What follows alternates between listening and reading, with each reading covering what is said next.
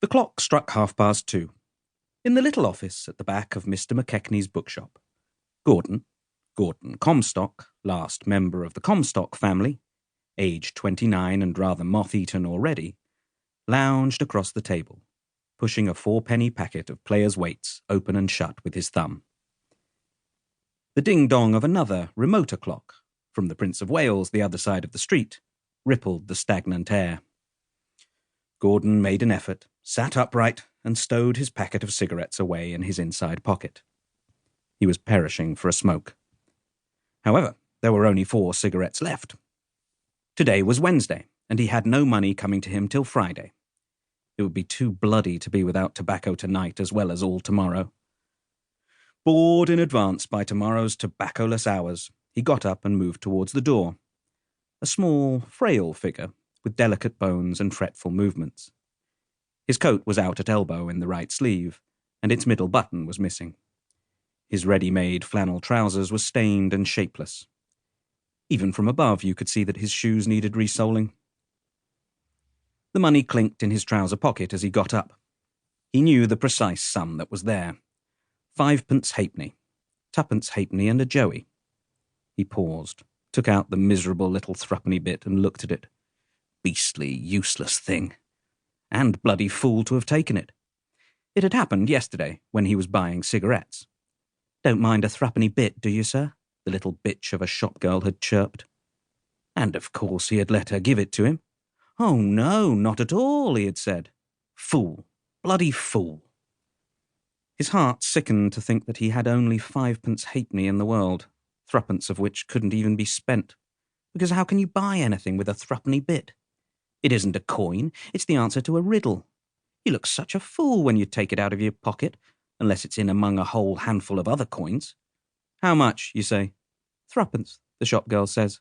And then you feel all around your pocket and fish out that absurd little thing, all by itself, sticking on the end of your finger like a tiddlywink. The shop girl sniffs. She spots immediately that it's your last 3 in the world. You see her glance quickly at it. She's wondering whether there's a piece of Christmas pudding still sticking to it. And you stalk out with your nose in the air and can't ever go to that shop again. No, we won't spend our joey. 2 halfpenny left. 2 halfpenny to last till Friday. This was the lonely after-dinner hour, when few or no customers were to be expected. He was alone with 7,000 books.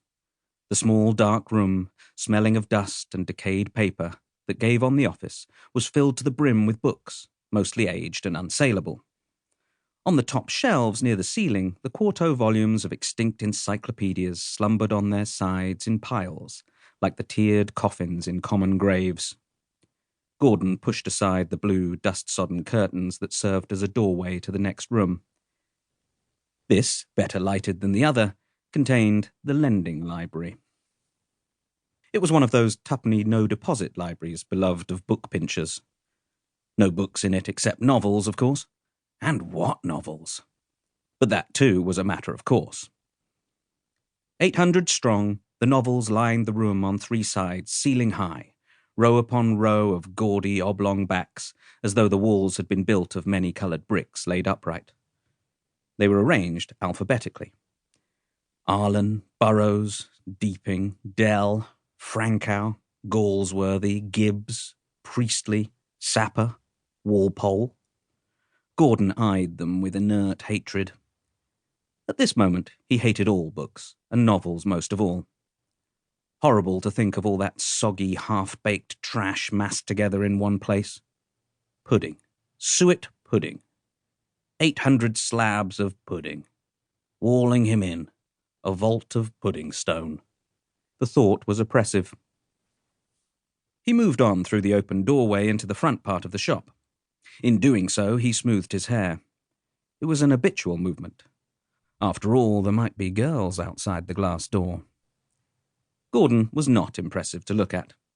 He was just 5 feet 7 inches high, and because his hair was usually too long, he gave the impression that his head was a little too big for his body. He was never quite unconscious of his small stature.